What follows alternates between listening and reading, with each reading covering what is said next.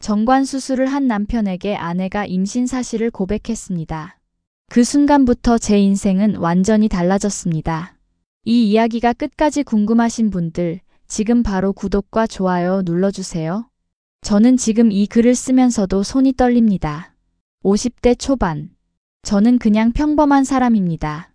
특별할 것도 없고 드라마 같은 삶과는 거리가 멀다고 생각했습니다. 아침에 일어나 출근하고 저녁에 퇴근해서 밥 먹고 주말엔 아내와 함께 마트에 갔거나 가끔 드라이브를 했습니다.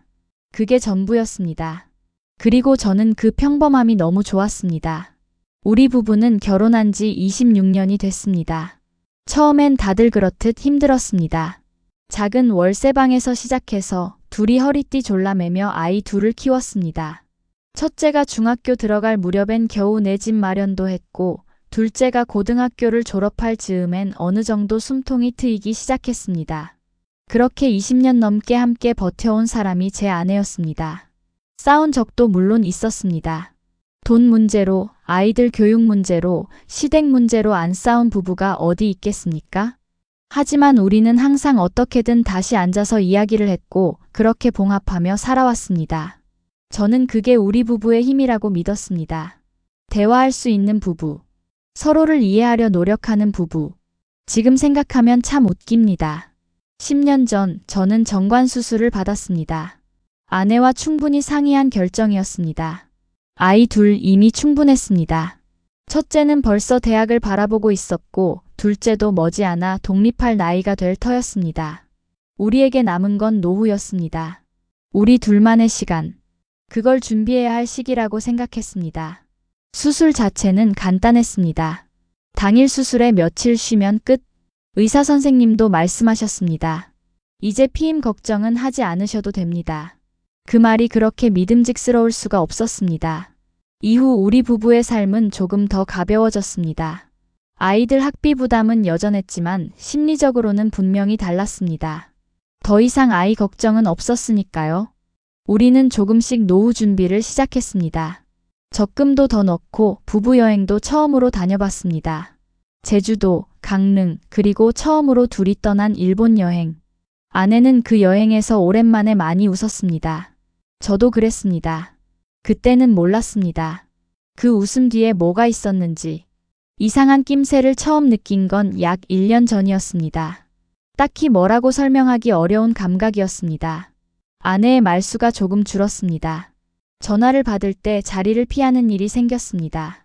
예전엔 같이 보던 TV를 피곤하다며 먼저 방으로 들어가는 날이 늘었습니다. 그리고 가끔, 아주 가끔 저와 눈이 마주쳤을 때 뭔가 모를 표정을 짓는 게 보였습니다. 하지만 저는 그냥 넘겼습니다. 나이가 들면 그럴 수 있다고. 갱년기가 시작된 건지도 모른다고. 우리 둘 다 피곤한 나이라고. 그렇게 스스로를 납득시켰습니다. 지금 돌이켜보면 알고 싶지 않았던 거였습니다. 어딘가에선 이미 느끼고 있었지만 그걸 직면하는 게 두려웠던 겁니다.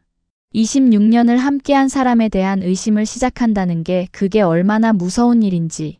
의심을 시작하는 순간 되돌아갈 수 없다는 걸 본능적으로 알고 있었던 것 같습니다. 그래서 저는 그냥 눈을 감았습니다. 그리고 그날이 왔습니다. 평범한 저녁이었습니다. 퇴근하고 돌아온 저는 소파에 앉아 뉴스를 보고 있었습니다. 아내는 주방에서 설거지를 하고 있었고 집안은 늘 그렇듯 조용했습니다. 아이들은 이미 독립해서 집에 없었습니다. 그냥 우리 둘뿐인 저녁. 아내가 주방에서 나왔습니다. 손을 앞치마에 닦으면서. 그리고 제 앞에 섰습니다. 평소와 다른 표정이었습니다. 뭔가를 오래 준비한 사람의 얼굴. 말을 꺼내기 전에 이미 그 얼굴에서 뭔가 잘못됐다는 걸 느꼈습니다. 아내가 입을 열었습니다. 나 할 말이 있어. 저는 리모컨을 내려놓았습니다. 뭔데? 아내는 잠시 말을 잇지 못했습니다. 입술을 몇 번 달싹였다가 결국 눈을 마주치지 않은 채 말했습니다. 나 임신했어. 처음엔 그 말이 무슨 뜻인지 이해가 안 됐습니다. 임신. 임신이라고 했나? 내가 잘못 들은 건가? 우리가 지금 무슨 대화를 하고 있는 건가? 머릿속이 하얘졌습니다. 그냥 아무 생각도 없는 완전한 공백. 심장이 뛰고 있는지도 몰랐습니다. 숨을 쉬고 있는지도 몰랐습니다. 10년 전에 수술을 했습니다. 의사가 이제 걱정 없다고 했습니다. 그 말을 철석같이 믿으며 10년을 살았습니다. 그런데 지금 내 앞에서 아내가 임신이라고 합니다. 몸이 굳었습니다. 말이 나오지 않았습니다. 그리고 딱 한 가지 생각만 머릿속을 가득 채웠습니다. 이게 어떻게 가능하지? 저는 그날 밤 그 질문에 대한 답을 찾기 시작했습니다. 그리고 그 답은 제가 상상했던 것보다 훨씬 더 잔인한 곳에 있었습니다. 그날 밤 저는 잠을 자지 못했습니다. 아내는 침대에 누웠지만 저는 소파에 앉아 있었습니다. 불도 끄지 않은 채로 그냥 멍하니 벽만 바라봤습니다. 머릿속에서는 계속 같은 말이 맴돌았습니다. 임신. 50대 초반의 아내가 10년 전 정관 수술을 한 남편과 임신이라니 말이 안 됐습니다. 상식적으로, 의학적으로 어떤 방식으로 생각해도 납득이 되지 않았습니다. 저는 그날 밤 핸드폰을 꺼내 검색을 시작했습니다. 정관 수술 후 임신 가능성. 결과는 나왔습니다. 0.1%에서 1% 사이. 극히 드물지만 불가능하진 않다는 내용이었습니다. 하지만 저는 그 글을 읽으면서도 고개를 저었습니다. 아니었습니다. 뭔가 다른 게 있었습니다. 설명할 수 없는 그냥 느낌. 26년을 같이 산 사람의 얼굴을 저는 누구보다 잘 알았습니다. 그날 아내의 표정은 단순히 당황한 얼굴이 아니었습니다. 뭔가를 숨기고 있는 사람의 얼굴이었습니다. 말을 꺼내기 전에 이미 준비를 하고 온 사람의 얼굴. 그리고 그 순간 문득 떠올랐습니다. 지난 1년간의 장면들이 파편처럼 머릿속에서 하나씩 되살아났습니다. 전화를 받을 때 자리를 피하던 것, 늦은 밤 혼자 주방에 앉아 핸드폰을 보던 것, 제가 다가가면 화면을 뒤집어 놓던 것, 그때는 그냥 넘겼습니다. 그냥 피곤한가 보다, 그냥 뭔가 보는가 보다 했습니다. 그런데 지금 다시 떠올리니 전혀 달라 보였습니다. 새벽 2시가 넘었을 때 아내는 잠든 것 같았습니다. 저는 조용히 방 안으로 들어갔습니다. 아내의 핸드폰은 침대 옆 협탁 위에 놓여 있었습니다. 평소에는 손도 대지 않았을 겁니다. 남의 핸드폰을 몰래 본다는 건 제 방식이 아니었으니까요. 하지만 그날 밤은 달랐습니다. 손을 뻗었습니다. 화면이 켜지면서 잠금 화면이 떴습니다. 비밀번호. 잠깐 망설였습니다. 그리고 입력했습니다. 아내의 생일. 틀렸습니다. 결혼기념일. 틀렸습니다. 혹시나 하는 마음으로 제 생일을 눌렀습니다. 열렸습니다. 숨이 멎는 느낌이었습니다. 카카오톡을 열었습니다. 최근 대화 목록이 떴습니다. 첫 번째는 딸아이, 두 번째는 아들, 세 번째는 친구 이름, 그리고 네 번째, 박진우. 처음 보는 이름이었습니다. 저장된 이름 앞에 아무런 설명도 없었습니다. 그냥 이름 석자. 하지만 그 대화창의 마지막 메시지 미리 보기가 보였습니다. 조심해. 남편한테 들키면 안 돼. 손이 떨렸습니다. 대화창을 열었습니다. 스크롤을 올렸습니다. 메시지들이 쏟아졌습니다. 짧은 것들, 긴 것들, 사진들. 저는 숨을 참으며 천천히 읽어내려갔습니다. 읽으면 읽을수록 머릿속이 하얘졌습니다. 아내가 보낸 메시지들. 그 남자가 보낸 메시지들. 서로를 부르는 방식, 주고받는 말들의 온도. 이건 그냥 아는 사람 사이가 아니었습니다. 통화 기록도 열었습니다. 한 달치만 봐도 수십 건이었습니다. 제가 출근한 시간대에, 제가 야근하던 날 저녁에, 심지어 우리가 함께 여행을 갔던 날, 제가 샤워하러 들어간 사이에도 통화 기록이 있었습니다. 그리고 사진 파일 하나가 눈에 띄었습니다. 캡처 이미지였습니다. 어떤 영수증 사진. 저는 손가락으로 확대했습니다. 모텔 영수증이었습니다. 날짜가 찍혀 있었습니다. 불과 2달 전. 그날이 어떤 날이었는지 저는 기억했습니다. 제가 지방 출장을 갔던 날이었습니다. 1박 2일로. 아내에게 전화했을 때 집에 있다고 했던 그날. 핸드폰을 내려놓았습니다. 방 안이 빙글빙글 도는 것 같았습니다. 아내는 제 옆에서 조용히 숨을 쉬며 자고 있었습니다. 그 얼굴이 낯설었습니다. 26년을 봐온 얼굴인데 그 순간만큼은 완전히 모르는 사람처럼 보였습니다. 저는 방을 나왔습니다. 다시 소파에 앉았습니다. 그리고 멍하니 앉아 있었습니다. 분노가 올라오는데 어디에 쏟아야 할지 몰랐습니다. 울고 싶은데 눈물이 나오지 않았습니다. 소리를 지르고 싶은데 목이 막혔습니다. 그냥 아무것도 할 수 없었습니다. 얼마나 그렇게 앉아 있었을까요? 창밖이 조금씩 밝아오기 시작할 무렵 아내가 방에서 나왔습니다. 저를 보더니 멈칫했습니다. 왜 거기 있어? 못 잤어? 저는 아내를 바라봤습니다. 한참 동안 말이 없었습니다. 그리고 천천히 입을 열었습니다. 박진우가 누구야? 아내의 얼굴이 굳었습니다. 순간적으로 눈동자가 흔들렸습니다. 그 반응 하나로 모든 게 확인됐습니다. 변명을 준비하는 사람의 얼굴이었습니다. 그게 그냥 아는 오빠야. 아는 오빠. 저는 천천히 따라 말했습니다. 그리고 일어났습니다. 모텔은? 그것도 그냥 아는 오빠랑 간 거야? 아내가 창백해졌습니다. 그건 오해야. 들어봐. 저는 듣지 않았습니다. 아니, 정확히는 들을 수가 없었습니다. 그 순간 터져나온 감정은 제가 평생 느껴본 것 중 가장 크고 뜨거운 것이었습니다. 26년이라는 세월이 한꺼번에 뒤집히는 느낌. 함께 고생했던 기억들, 함께 웃었던 순간들, 함께 미래를 이야기했던 밤들. 그 모든 것들이 지금 이 순간 산산조각 나는 느낌. 누구 얘야? 소리가 터져나왔습니다. 목이 다 쉬도록. 아내는 뒤로 물러섰습니다.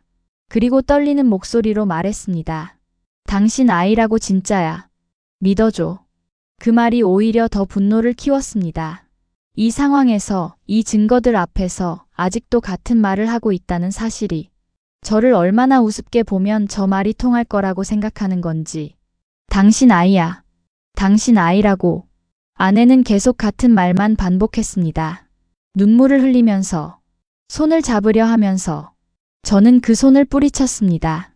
그리고 코트를 집어들고 현관문을 열었습니다. 어디로 가는지도 몰랐습니다. 그냥 그 공간에 있을 수가 없었습니다. 같은 공기를 마시는 것조차 견딜 수 없었습니다. 문을 닫으면서 마지막으로 한 번 뒤를 돌아봤습니다. 아내는 거실 바닥에 주저앉아 울고 있었습니다. 저는 그 뒷모습을 보면서 단 한 가지만 생각했습니다. 반드시 진실을 확인한다. 그리고 그 진실은 제가 예상했던 것보다 훨씬 더 복잡한 곳에서 기다리고 있었습니다. 저는 그날 새벽 차 안에서 나를 밝혔습니다. 갈 곳이 없었습니다. 아니, 정확히는 갈 마음이 없었습니다. 친구에게 전화할 수도 없었고 아이들에게는 더더욱 말할 수 없었습니다. 그냥 아파트 주차장에 차를 세워두고 시트를 뒤로 젖힌 채 천장만 바라봤습니다. 머릿속은 이상하리만큼 고요했습니다. 분노가 사라진 게 아니었습니다. 오히려 너무 커져서 감각이 마비된 것 같았습니다. 뜨거운 물에 손을 너무 오래 담그면 오히려 아무것도 느껴지지 않는 것처럼. 저는 그 상태로 창밖이 완전히 밝아올 때까지 앉아 있었습니다. 그리고 한 가지 결론을 내렸습니다. 감정은 나중에 해도 된다. 지금은 사실부터 확인해야 한다. 다음 날 아침 저는 바로 검색을 시작했습니다. 친자 확인 검사. 생각보다 절차는 간단했습니다. 태아가 있는 상태에서도 검사가 가능하다는 걸 처음 알았습니다. 혈액 검사로도 가능하고 출산 후에는 더 간단하게 확인할 수 있다고 했습니다. 저는 전문기관에 전화를 걸었습니다. 상담사는 차분한 목소리로 절차를 설명해 줬습니다. 부친 측 혈액 샘플과 태아 DNA 검사를 병행하시면 됩니다. 결과는 보통 2주에서 3주 사이에 나옵니다. 저는 예약을 잡았습니다. 아내에게는 말하지 않았습니다. 말할 필요가 없었습니다. 아니, 말하고 싶지 않았습니다. 그 순간만큼은 아무것도 아내와 공유하고 싶지 않았습니다. 제가 무엇을 하는지, 무엇을 확인하려는지 그냥 혼자 하고 싶었습니다. 검사 당일 저는 혼자 병원을 찾아갔습니다. 체열을 마치고 나오는 길에 간호사가 말했습니다. 결과 나오면 연락드리겠습니다. 저는 고개를 끄덕이고 병원 문을 나왔습니다. 햇빛이 유난히 밝은 날이었습니다. 주차장까지 걸어가는 동안 발이 어디에 닿는지도 몰랐습니다. 그 2주가 제 인생에서 가장 길었던 시간이었습니다. 집에 들어가지 않은 건 아니었습니다. 짐이 있었고 씻어야 했고 밥도 먹어야 했습니다. 하지만 아내와는 거의 말을 하지 않았습니다. 같은 공간에 있어도 서로 다른 세계에 있는 것 같았습니다. 아내는 몇 번 말을 걸었습니다. 밥 먹었냐고, 어디 갔다 왔냐고, 우리 얘기 좀 하자고. 저는 대부분 대답하지 않았습니다. 대답할 말이 없었습니다. 아직 아무것도 확인되지 않은 상태에서 무슨 말을 합니까? 용서를 하기엔 이르고 완전히 등을 돌리기엔 아직 뭔가가 걸렸습니다. 그 걸리는 게 뭔지 저도 몰랐습니다. 26년이라는 세월이었는지 아직 남아있는 감정의 찌꺼기였는지 밤이면 소파에 누워 천장을 봤습니다. 생각이 꼬리에 꼬리를 물었습니다. 만약 친자가 아니라면, 만약 그 남자 아이라면, 그렇다면 이혼이고 모든 게 끝나는 거고 우리 아이들은 어떻게 되는 건지. 반대로 만약 정말 제 아이라면 그게 말이 되는 건지. 정관 수술을 한 사람이 어떻게. 그렇다면 모텔은 뭐고 그 남자와의 관계는 뭐고 어떤 결과가 나와도 쉽지 않다는 걸 알았습니다. 그냥 빨리 알고 싶었습니다. 이 기다림이 너무 고통스러웠습니다. 2주하고 3일째 되던 날 전화가 왔습니다. 오전 11시였습니다. 저는 사무실에 있었습니다. 모르는 번호가 떴지만 받자마자 알았습니다. 검사 기관이었습니다. 결과가 나왔습니다. 직접 방문하시겠어요? 아니면 온라인으로 확인하시겠어요? 바로 보내주세요. 전화를 끊고 이메일을 열었습니다. 파일이 와 있었습니다. PDF 한 장. 저는 클릭했습니다. 화면에 숫자가 떴습니다. 친자 확률 99.9%. 한동안 그 숫자를 바라봤습니다. 눈을 비볐습니다. 다시 봤습니다. 숫자는 바뀌지 않았습니다. 99.9%. 친자. 제 아이. 사무실 의자에 앉은 채로 저는 아무것도 하지 못했습니다. 옆자리 동료가 뭔가를 물어봤는데 들리지 않았습니다. 누군가 지나가면서 어깨를 두드렸는데 반응하지 못했습니다. 그냥 그 한 장짜리 PDF만 바라봤습니다. 세상이 멈춘 느낌이었습니다. 분명히 기뻐야 하는 결과일 수 있었습니다. 내 아이라는 거니까. 아내가 거짓말을 하지 않은 거니까.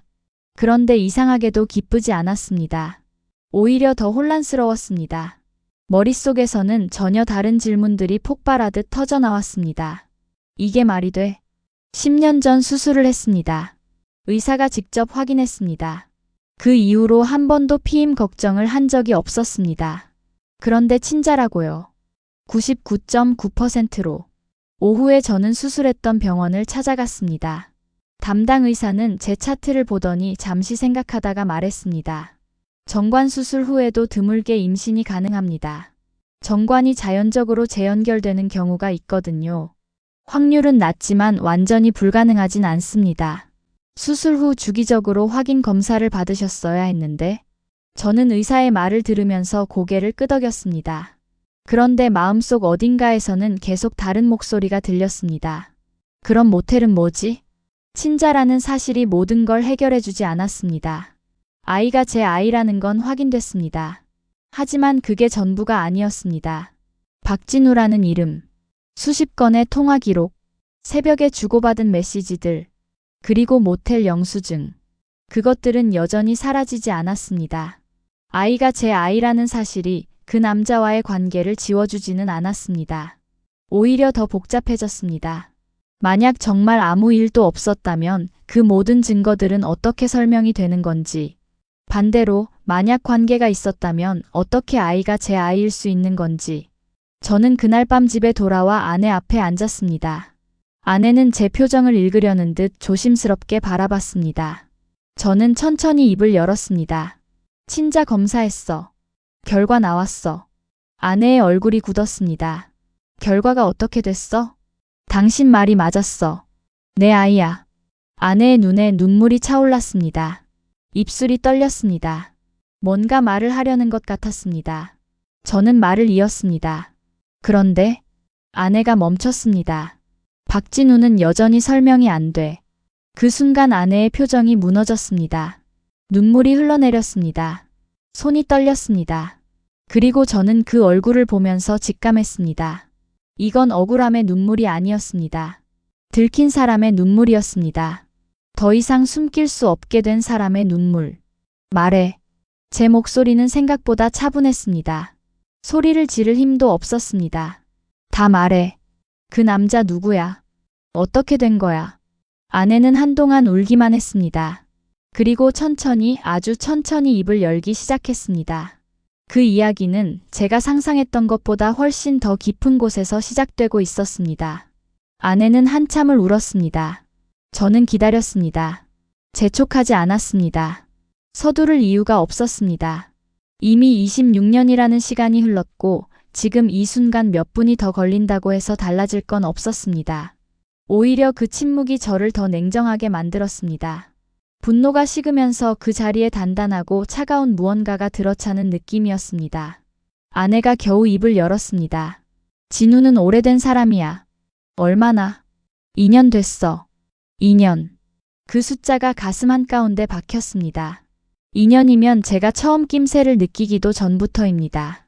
제가 아무것도 모른 채 출근하고 밥 먹고 주말에 함께 드라이브하던 그 시간 동안 아내는 이미 2년째 그 남자를 만나고 있었던 겁니다. 어떻게 알게 됐어? 아내는 고개를 숙였습니다. 지인 소개로. 처음엔 그냥 아는 사람이었어. 처음엔. 응. 저는 잠시 눈을 감았습니다. 그리고 다시 떴습니다. 모텔은. 아내가 손으로 얼굴을 감쌌습니다. 대답이 없었습니다. 하지만 그 침묵이 이미 대답이었습니다. 그런데 이상했습니다. 아내의 울음이 들킨 것에 대한 두려움만은 아닌 것 같았습니다. 뭔가 다른 감정이 섞여 있었습니다. 죄책감인지, 억울함인지, 아니면 또 다른 무언가인지. 저는 그 눈물을 보면서 직감적으로 느꼈습니다. 아직 다 나온 게 아니라고. 다 말해. 아내가 고개를 들었습니다. 전부 다. 지금 이 순간이 마지막 기회야. 아내는 저를 바라봤습니다. 그 눈빛에 뭔가 복잡한 것들이 지나갔습니다. 그리고 천천히, 아주 천천히 숨을 들이마셨습니다. 돈 때문에 시작됐어. 저는 눈썹을 찌푸렸습니다. 돈. 아내의 입에서 나온 이야기는 제가 전혀 예상하지 못한 방향이었습니다. 2년 전 아내는 빚이 있었습니다. 제가 전혀 몰랐던 빚이었습니다. 금액은 처음엔 작은 금액이었다고 했습니다. 지인에게 보증을 섰다가 떠안게 된 것이었습니다. 저한테 말하기 두려웠다고 했습니다. 제가 화낼까봐, 실망할까봐. 그래서 혼자 해결하려다가 점점 커졌다고 했습니다. 그리고 그 과정에서 박진우를 만났습니다. 박진우는 돈이 많아 보였다고 했습니다. 실제로도 사업을 한다며 여유 있게 굴었고 아내의 사정을 듣더니 선뜻 돈을 빌려줬다고 했습니다. 처음엔 정말 그냥 빌린 거였다고 했습니다. 이자만 잘 갚으면 된다고 생각했다고. 그런데 아내의 목소리가 낮아졌습니다. 그 사람이 조건을 바꿨어. 저는 말이 나오지 않았습니다. 무슨 조건? 아내는 대답하지 않았습니다.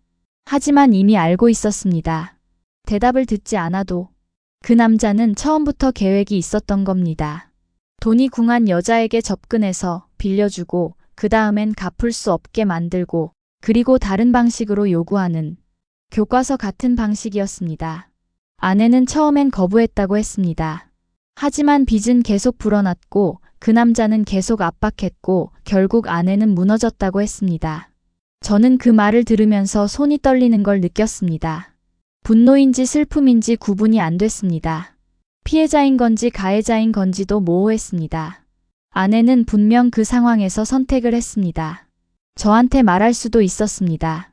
함께 해결할 수도 있었습니다. 하지만 아내는 그 선택을 하지 않았습니다. 혼자 감당하려다가 결국 전혀 다른 방향으로 무너졌습니다. 그리고 더 충격적인 말이 이어졌습니다. 임신한 거 알고 나서도 그 사람 만났어. 저는 그 말에 멈췄습니다. 뭐라고? 임신인 걸 알고 나서도 한 번 더 만났어. 왜? 아내의 눈에서 눈물이 흘러내렸습니다. 돈 문제가 아직 안 끝났으니까. 저는 자리에서 일어났습니다. 가만히 앉아 있을 수가 없었습니다. 방 안을 걷기 시작했습니다. 왔다 갔다. 생각이 뒤엉켰습니다. 임신을 알고도 만났다는 게, 그 남자와 아직 관계가 끝나지 않았다는 게, 그 상태로 저한테 와서 당신 아이야 라고 했다는 게 얼마나 걸었을까요? 저는 멈춰 서서 아내를 바라봤습니다. 그 남자한테 아직도 돈이 묶여 있어? 아내가 고개를 끄덕였습니다. 얼마나? 아내가 말한 금액은 생각보다 훨씬 컸습니다. 처음엔 몇백만 원이었던 게 이자가 붙고 또 빌리고를 반복하면서 수천만 원이 돼 있었습니다. 저는 그 숫자를 듣는 순간 모든 게 연결됐습니다. 아내가 저한테 임신 사실을 말한 이유, 그 타이밍, 그 방식, 처음부터 저한테 털어놓으려 한 게 아니었습니다. 그 남자와의 관계가 더 이상 감당이 안 되는 상황이 됐을 때 어쩔 수 없이 꺼낸 말이었던 겁니다. 다음 날 저는 그 남자를 찾아갔습니다. 주소는 아내 핸드폰 메시지에서 찾았습니다. 찾아가는 내내 무슨 말을 할지 생각했습니다. 어떻게 시작할지, 어디까지 참을지. 하지만 막상 그 앞에 서는 순간 준비했던 말들이 전부 사라졌습니다. 박진우는 40대 초반으로 보이는 남자였습니다. 제가 찾아오리라고는 예상 못했는지 당황한 기색이 역력했습니다. 처음엔 부정했습니다. 무슨 말씀이세요? 저 아무것도 모릅니다. 저는 핸드폰을 꺼냈습니다. 캡처해둔 메시지들, 통화 기록, 그리고 모텔 영수증 사진. 그 남자의 얼굴이 굳었습니다. 한참 침묵이 흘렀습니다. 그리고 그가 천천히 고개를 숙였습니다. 형님 죄송합니다. 그 한마디가 생각보다 더 크게 들렸습니다. 죄송하다는 말. 26년을 함께 산 아내의 남편한테 형님이라고 부르며 저는 그 말을 듣는 순간 주먹을 쥐었습니다. 하지만 때리지 않았습니다. 때리는 순간 제가 무너질 것 같았습니다. 다 말해. 제 목소리는 낮고 차가웠습니다. 그리고 그 남자의 입에서 나온 말들이 퍼즐의 마지막 조각들을 맞춰줬습니다. 처음 접근한 것도 우연이 아니었습니다. 아내가 보증 문제로 힘들어한다는 걸 미리 알고 접근한 것이었습니다. 돈을 빌려주면서 처음부터 다른 목적이 있었습니다. 그리고 아내가 무너지자 관계를 이어갔습니다. 아내가 임신했다는 것도 알고 있었습니다. 알면서 계속 만났어요? 네. 왜? 그 남자는 잠시 망설이다가 말했습니다. 빚이 아직 남아있으니까요. 저는 그 자리에서 돌아섰습니다. 더 이상 들을 필요가 없었습니다. 더 이상 그 얼굴을 볼 필요도 없었습니다. 돌아오는 길 내내 아무 생각도 하지 않으려 했습니다. 하지만 생각은 멈추지 않았습니다. 아내는 피해자였습니다. 동시에 가해자였습니다. 그 경계가 너무 흐릿해서 어디서부터 용서를 시작해야 하는지 알 수 없었습니다. 아니, 용서라는 단어 자체가 지금 이 상황에 맞는 말인지도 몰랐습니다. 분명한 건 딱 하나였습니다. 이미 너무 많은 것들이 무너졌다는 것, 그리고 무너진 것들은 다시 세울 수 없다는 것. 집에 들어와 거울 앞에 섰습니다. 제 얼굴을 바라봤습니다. 언제 이렇게 늙었는지. 눈밑이 퀭하고 입가에 힘이 없고 그냥 전부 지쳐 보였습니다. 저는 거울 속 제 눈을 바라보며 조용히 말했습니다. 이제 끝내자. 거울 앞에서 혼자 내뱉은 그 말이 생각보다 훨씬 선명하게 들렸습니다. 감정적인 결론이 아니었습니다. 오히려 반대였습니다. 며칠을 울고 소리 지르고 잠 못 자고 차 안에서 나를 밝히고 나서야 도달한 가장 차가운 결론이었습니다. 분노가 끓을 때는 아무것도 제대로 할 수 없습니다. 하지만 그 분노가 완전히 식어서 제가 됐을 때 비로소 사람은 움직일 수 있습니다. 저는 그 상태였습니다. 다 식었습니다. 그리고 그 자리에서 저는 움직이기 시작했습니다. 제일 먼저 한 건 증거 정리였습니다. 감정적으로 행동하면 반드시 허점이 생깁니다. 저는 그걸 알았습니다. 아내 핸드폰에서 캡처해둔 메시지들, 통화 기록, 모텔 영수증 사진, 박진우와 나눈 대화 내용, 그리고 아내가 직접 털어놓은 이야기들. 저는 그것들을 하나하나 정리했습니다. 날짜별로, 내용별로, 녹음도 있었습니다. 아내가 모든 걸 털어놓던 그날 밤 저는 핸드폰 녹음을 켜뒀습니다. 의도한 건 아니었습니다. 아내가 말을 꺼내기 직전 뭔가 중요한 게 나올 것 같다는 직감에 손이 먼저 움직였습니다. 그 녹음 파일 안에는 아내의 목소리로 빚 이야기가, 박진우 이야기가, 임신을 알고도 만났다는 이야기가 전부 담겨 있었습니다. 박진우를 찾아갔을 때도 녹음을 했습니다. 형님 죄송합니다. 그 말부터 시작해서 처음부터 접근이 계획적이었다는 것까지 전부 파일로 남아 있었습니다. 저는 그것들을 외장하드에 백업하고 클라우드에도 올렸습니다. 그리고 변호사를 찾아갔습니다. 변호사는 제 이야기를 다 듣더니 잠시 생각하다가 말했습니다. 유책 배우자 이혼 소송으로 가시면 됩니다. 증거도 충분하고요. 위자료 청구도 가능합니다. 재산 분할은요. 혼인 기간 중 형성된 공동재산은 분할 대상이지만 아내분의 채무 문제가 있으니 그 부분도 같이 검토해야 합니다. 특히 그 남자에게 빌린 돈이 가정재산에서 나간 게 있다면 그건 부당 처분으로 볼 수 있어요. 저는 그 말을 듣고 집에 돌아와 통장 내역을 전부 뽑았습니다. 꼼꼼히 들여다봤습니다. 2년 전부터의 내역을. 처음엔 눈에 안 띄던 것들이 보이기 시작했습니다. 생활비 계좌에서 몇 번에 걸쳐 빠져나간 돈들. 금액이 크지 않아서 그냥 넘겼던 것들. 하지만 합산하면 적지 않은 금액이었습니다. 날짜를 보니 박진우와 만나던 시기와 겹쳤습니다. 저는 그 내역도 전부 정리해서 변호사에게 넘겼습니다. 준비하는데 한 달이 걸렸습니다. 그 한 달 동안 아내와 저는 같은 집에 살면서 거의 말을 하지 않았습니다. 아내는 눈치를 채고 있었는지 몇 번 먼저 말을 걸었습니다. 우리 어떻게 할 거냐고. 아이는 어떻게 할 거냐고. 한 번만 기회를 달라고. 저는 전부 흘려들었습니다. 때가 되면 말할 거라고 그것만 짧게 답했습니다. 한 달이 지난 어느 저녁이었습니다. 저는 아내 앞에 앉았습니다. 서류 봉투를 테이블 위에 올려뒀습니다. 아내는 그걸 내려다봤습니다. 떨리는 손으로 봉투를 열었습니다. 안에 든 게 뭔지 확인하는 순간 아내의 얼굴이 하얗게 질렸습니다. 이혼 서류였습니다. 이혼하자. 짧게 말했습니다. 더 긴 말은 필요 없었습니다. 아내는 서류를 내려놓았습니다. 그리고 천천히 무릎을 꿇었습니다. 거실 바닥에. 제 앞에서. 한 번만 용서해줘. 목소리가 떨렸습니다. 눈물이 쏟아졌습니다. 애가 있잖아. 태어날 애가 있잖아. 제발. 저는 그 모습을 바라봤습니다. 한때 세상에서 가장 믿었던 사람이, 26년을 함께한 사람이 지금 제 앞에 무릎을 꿇고 있었습니다. 마음이 흔들리지 않았다면 거짓말입니다. 흔들렸습니다. 분명히. 하지만 흔들린다고 해서 돌아갈 수 있는 건 아니었습니다. 흔들리는 마음과 돌아갈 수 있는 마음은 다른 겁니다. 저는 그 차이를 그 순간 분명히 알았습니다. 이미 늦었어. 이혼 절차는 생각보다 길었습니다. 아내가 쉽게 도장을 찍지 않았습니다. 처음엔 협의가 안 됐고 결국 소송으로 갔습니다. 변호사가 준비한 증거들이 하나씩 제출됐습니다. 메시지, 녹음, 계좌 내역, 모텔 영수증. 아내 측 변호사도 여러 주장을 했지만 증거 앞에서는 할 말이 없었습니다. 재판은 제 쪽에 유리하게 흘러갔습니다. 재산 분할에서도 아내가 가정재산을 임의로 사용한 정황이 인정됐습니다. 위자료도 결정됐습니다. 길고 지루한 과정이었지만 저는 끝까지 감정을 드러내지 않았습니다.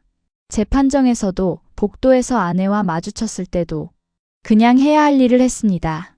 판결이 나던 날 저는 혼자 법원을 나왔습니다. 가을이었습니다. 바람이 차가웠습니다. 법원 앞 은행나무가 노랗게 물들어 있었습니다. 저는 잠깐 거기 서서 그 나무를 바라봤습니다. 아무 생각도 하지 않으려 했는데 이상하게 26년 전 결혼식 날이 떠올랐습니다. 아내가 웃던 얼굴. 그날 하늘이 참 맑았다는 것. 그리고 그 기억을 조용히 닫았습니다. 몇 달 뒤 아내는 혼자 아이를 낳았습니다. 저는 그 소식을 아이들을 통해 전해 들었습니다. 건강하게 태어났다고. 아들이라고. 저는 그 말을 듣고 잠시 멈췄다가 그냥 고개를 끄덕였습니다. 친자 검사에서 제 아이라는 결과가 나왔지만 저는 그 아이의 아버지로 살 수 없었습니다. 그건 아이에 대한 이야기가 아니라 제 자신에 대한 이야기였습니다. 저는 그 선택을 지금도 후회하지 않습니다. 다만 그 아이에게는 미안한 마음이 있습니다. 그건 앞으로도 평생 가지고 살아야 할 짐이라는 걸 압니다. 박진우는 그 무렵 잠적했습니다. 빚 문제가 터진 것 같았습니다. 아내에게만 접근한 게 아니었던 모양이었습니다. 비슷한 방식으로 여러 사람에게 돈을 빌려주고 관계를 요구한 전력이 있다는 이야기를 나중에 전해 들었습니다. 경찰 조사가 시작됐다는 말도 들렸습니다. 저는 그 남자에 대해 더 이상 알고 싶지 않았습니다. 제 삶에서 그 이름이 사라지는 것으로 충분했습니다. 지금 저는 혼자 삽니다. 작은 아파트입니다. 전에 살던 집보다 훨씬 작습니다. 하지만 이상하게 더 넓게 느껴집니다. 아침에 일어나면 커피를 내려 마십니다. 예전엔 아내가 끓여줬지만 지금은 제가 직접 합니다. 처음엔 그게 어색했는데 이제는 그 시간이 하루 중 가장 조용하고 좋은 시간이 됐습니다. 가끔 아이들이 찾아옵니다. 뭐라고 말해야 할지 모르겠는 얼굴로 앉아 있다가 밥 먹고 갑니다. 저는 그걸로 충분합니다. 많은 말이 필요 없습니다. 그냥 얼굴 보는 것만으로도. 후회가 없냐고 물으신다면 있습니다. 없다고 하면 거짓말입니다. 26년이라는 시간이 아깝지 않냐고. 그 사람과 쌓아온 것들이 아깝지 않냐고. 그럼요, 아깝습니다. 아직도 가끔 꿈에서는 예전 아내가 나옵니다. 싸우기 전의 아내. 함께 웃던 시절의 아내. 하지만 꿈에서 깨면 저는 다시 지금의 현실로 돌아옵니다. 그리고 이 현실이 지금 제가 선택할 수 있는 것들 중 가장 정직한 것이라는 걸 압니다. 이 이야기를 꺼내기까지 오래 걸렸습니다. 누군가에게 말하고 싶었는데 막상 입이 떨어지지 않았습니다. 창피해서가 아니었습니다. 그냥 아직 정리가 안 된 것들이 많아서. 말로 꺼내는 순간 다시 그 시간으로 돌아가는 것 같아서. 그런데 이렇게 글로 쓰고 나니 조금은 가벼워진 것 같습니다. 마지막으로 한 가지만 말씀드리고 싶습니다. 배신은 한 번으로 끝나지 않습니다. 처음 배신당하는 순간이 있고 사실을 알아가면서 또 배신당하고 믿었던 기억들이 다시 보이면서 또 배신당합니다.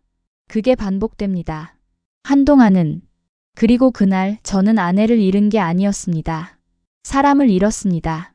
26년을 함께한 사람이라고 믿었던 그 사람 자체를. 그게 가장 아팠습니다. 지금도 그렇습니다. 여기까지 읽어주신 분들 정말 감사합니다. 쉽지 않은 이야기였는데 끝까지 함께 해주셔서 힘이 됐습니다. 앞으로도 이런 이야기들, 말하기 어렵지만 누군가는 꺼내야 하는 이야기들을 계속 써나갈 생각입니다. 구독과 좋아요는 이런 이야기가 더 많은 분들께 닿을 수 있도록 도와주십니다. 혼자 삭히고 있는 분들에게 이 글이 작은 위로가 됐으면 합니다. 다음 이야기도 기다려주세요.